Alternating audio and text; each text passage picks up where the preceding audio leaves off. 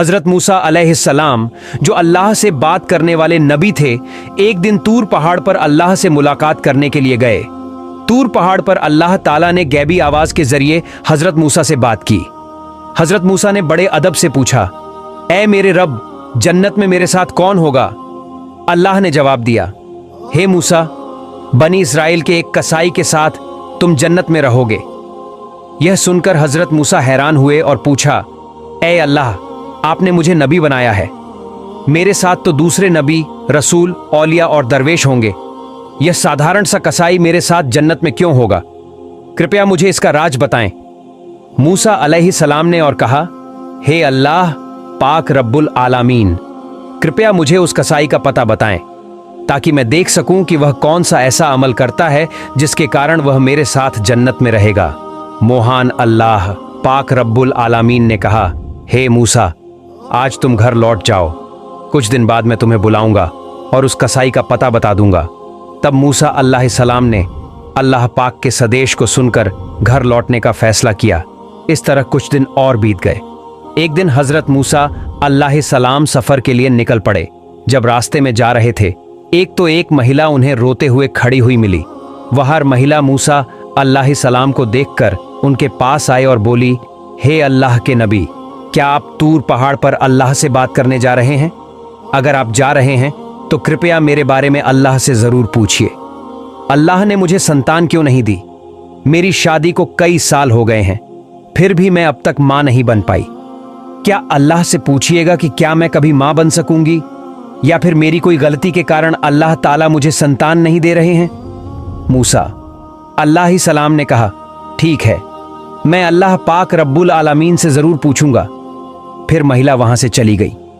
अब मूसा अलैहिस्सलाम महिला का सवाल सुनकर थोड़े चौंक है, इसलिए उन्होंने किसी और जगह यात्रा करने का इरादा नहीं किया। अब वह अल्लाह पाक रब्बुल आलामीन से बात करने के लिए तूर पहाड़ की ओर रुखसत हो गए।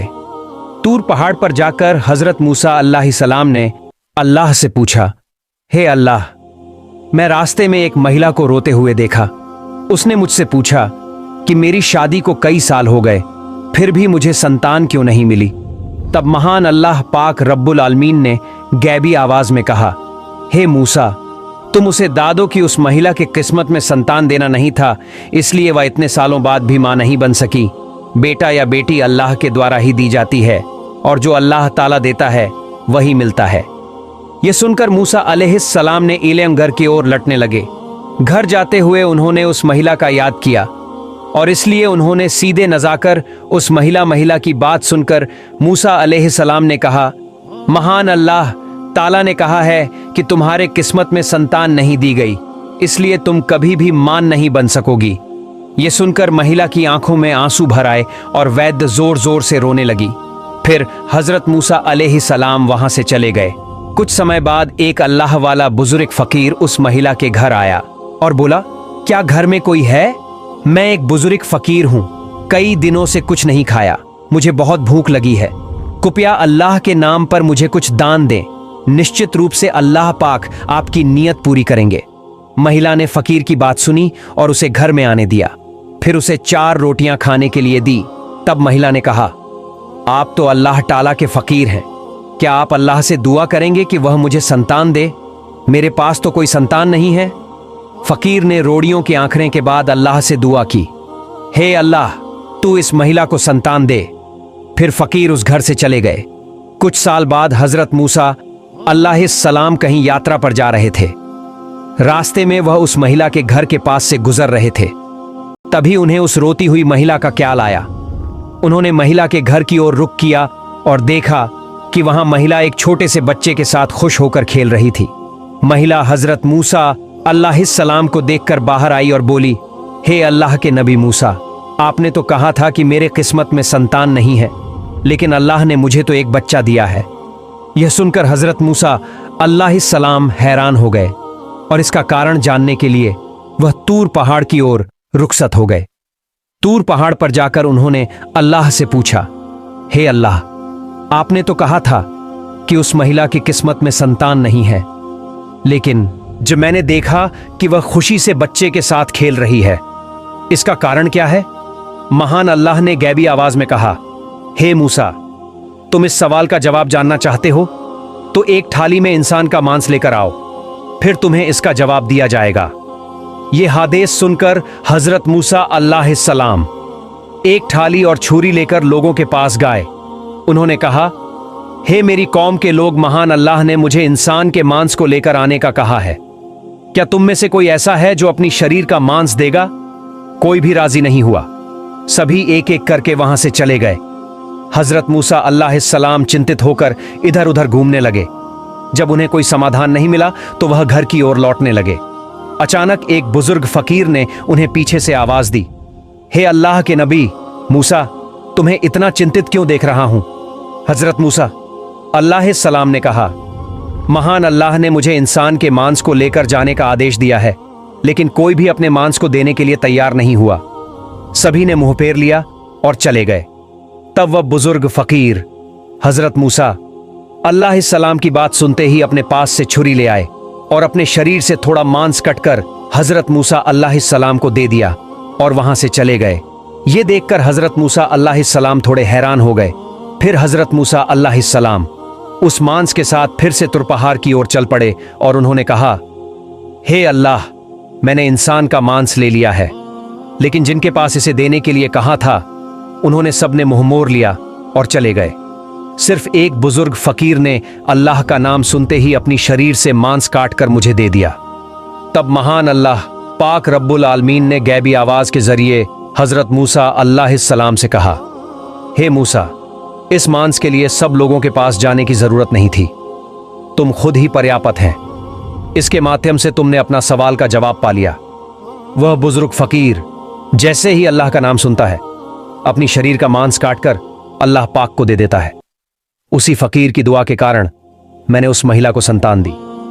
हे मूसा, जो व्यक्ति अल्लाह की राह में सब कुछ अर्पित कर देता है, जो कुछ भी है उसे दान कर देता है, अल्लाह ताला उसे सब कुछ दे देता है, यहां तक कि वह लिखा हुआ तकदीर भी बदल देता है। इस उत्तर को सुनने के बाद हजरत मूसा अलैहिस्सलाम अल्लाह पाक रब्बुल आलमीन के आदेश से घर लौट आए। फिर कुछ दिन बीत गए। एक दिन हजरत मूसा अलैहिस्सलाम के मन में यह बात आई कि अल्लाह पाक रब्बुल आलमीन ने कहा था कि कसाई उनके साथ जन्नत में होगा। इस सवाल का जवाब जानने के लिए हजरत मूसा अलैहिस्सलाम फिर से तूर पहाड़ की ओर रवाना हो गए। तूर पहाड़ पर पहुंचकर हजरत मूसा अलैहिस्सलाम ने कहा, हे अल्लाह पाक रब्बुल आलमीन, आपने कहा था कि कसाई मेरे साथ जन्नत में होगा। मैं जानना चाहता हूं वह कसाई कौन सा ऐसा अमल करता है जिसके कारण वह मेरे साथ जन्नत में रहेगा। फिर महान अल्लाह ताला ने गैबी आवाज के माध्यम से उस कसाई का ठिकाना बता दिया। इसके बाद अगले दिन हजरत मूसा अलैहिस्सलाम एक रास्ता पार करते हुए उस कसाई के पास पहुंचे। कुछ देर बाद हजरत मूसा अलैहिस्सलाम ने देखा कि वह कसाई मां जो चल पड़ा। हजरत मूसा अलैहिस्सलाम भी कसाई के पीछे पीछे चल पड़े। एक समय के बाद वह कसाई अपने घर पहुंचा। हजरत मूसा अलैहिस्सलाम दूर से उस घर को देख रहे थे। मूसा अलैहिस्सलाम फिर से उस कसाई के पास गए और देखा एक अच्छे मांस का टुकड़ा अपने पास रखता है। तब एक ग्राहक आता है और कहता है, भाई, मुझे वो मांस का टुकड़ा दे दो जो तुम्हारे पास है, बदले में मैं तुम्हें ज्यादा दाम दूंगा। तब कसाई ने कहा, तुम चाहे जितना भी दाम दो, मैं वह मांस का टुकड़ा नहीं दूंगा। फिर कसाई ने कहा, यह मांस मैं अपने घर ले जाऊंगा। हजरत मूसा अलैहिस्सलाम ने मन में सोचा, घर में तो कोई नहीं है तो कसाई क्यों मांस दे नहीं रहा है। फिर जब ग्राहक मांस देकर चला गया, कसाई ने दुकान बंद कर दी और वह मांस का टुकड़ा एक बैग में डालकर अपने घर की ओर चल पड़ा। यह देखकर हजरत मूसा अलैहिस्सलाम उसके पीछे पीछे चल पड़े। जब कसाई अपने घर पहुंचा, उस समय हजरत मूसा अलैहिस्सलाम ने घर से बाहर से आवाज दी, क्या घर में कोई है? मैं एक मुसाफिर हूं। फिर कसाई बाहर आकर हजरत मूसा अलैहिस्सलाम से पूछा, क्या आप चाहते हैं? भाई, आप कौन हैं? मुझे तो ठीक से पहचान नहीं पाया। तब हजरत मूसा अलैहिस्सलाम ने कहा, मैं एक मुसाफिर हूं, क्या आप मुझे इस रात को अपने घर में ठहरने का स्थान देंगे? कल सुबह होते ही मैं अपने गंतव्य की ओर चल दूंगा। कसाई ने कहा, बिल्कुल आप आए, मैं आपको अपने घर में आश्रय दूंगा। फिर कसाई ने कहा, आप यहाँ बैठिए, मैं पास के कमरे में थोड़ा काम कर रहा हूँ। इस कहकर कसाई उस कमरे की ओर बढ़ गया। हजरत मूसा अलैहिस्सलाम ने देखा कि कसाई उस कमरे में अकेले रोटियां बना रहा था और मांस पका रहा था। फिर कुछ समय बाद हजरत मूसा अलैहिस्सलाम ने देखा कि कसाई धीरे धीरे एक वृद्ध महिला को आदब के साथ लेकर आ रहा था। फिर उसने मांस और रोटियां वृद्धा को प्यार और स्नेह से खिलाई, जैसे एक छोटी बच्ची को उसकी माँ प्यार और स्नेह से खिलाती है। कुछ देर बाद कसाई कुछ मांस और रोटियां लेकर हजरत मूसा अलैहिस्सलाम के पास आया और कहा, ओ मुसाफिर भाई, ये लीजिए, आपका खाना मुझे थोड़ा समय लग गया, इसके लिए मुझे खेद है। फिर कसाई ने कहा, असल में मुझे कुछ काम था, इसलिए मैं आपको खाना पहले नहीं दे सका। हजरत मूसा अलैहिस्सलाम ने कहा, ठीक है, लेकिन आप पहले यह बताएं कि यह वृद्ध महिला कौन है। कसाई ने जवाब दिया, यह वृद्ध मेरी माँ है। इस दुनिया में मेरी माँ के अलावा मेरा कोई नहीं है, और मेरी माँ के लिए भी इस दुनिया में मैं ही उनका एकमात्र सहारा हूं। मेरी माँ अब वृद्ध हो चुकी है, ठीक से चल फिर नहीं सकती और अच्छे से खा भी नहीं सकती, इसलिए मैं रोज दुकान से नरम मांस के अच्छे टुकड़े लाकर घर में माँ को पकाकर खिलाता हूं। यह सुनकर हजरत मूसा अलैहिस्सलाम ने देखा कि कसाई अपनी माँ के प्रति किस तरह से श्रद्धा और स्नेह दिखा रहा था। हजरत मूसा अलैहिस्सलाम हैरान हो गए। फिर हजरत मूसा अलैहिस्सलाम ने पास के कमरे से देखा कि वृद्धा महिला अपनी आंखों से आंसू बहाते हुए दुआ कर रही थी। फिर हजरत मूसा अलैहिस्सलाम ने देखा कि वृद्धा माँ की दुआ के कारण अल्लाह ताला ने कसाई को हजरत मूसा अलैहिस्सलाम के साथ जन्नत में स्थान देने की व्यवस्था की। कसाई की माँ आंसू बहाकर और दुआ करती हुए अपने बेड़े के लिए दुआ कर रही थी कि अल्लाह मेरा बेड़ा कसाई हजरत मूसा अल्लाह के साथ जन्नत में जाए। अल्लाह ताला कभी भी माँ की दुआ को नकारता नहीं है। कसाई का असली अमल उसकी माँ के प्रति प्रेम, सेवा और स्नेह है, जिसके कारण वो तुम्हारे साथ जन्नत में जाएगा। सबहन अल्लाह। अगर आपको हमारी कहानी अच्छी लगी हो तो चैनल को सब्सक्राइब करना ना भूले।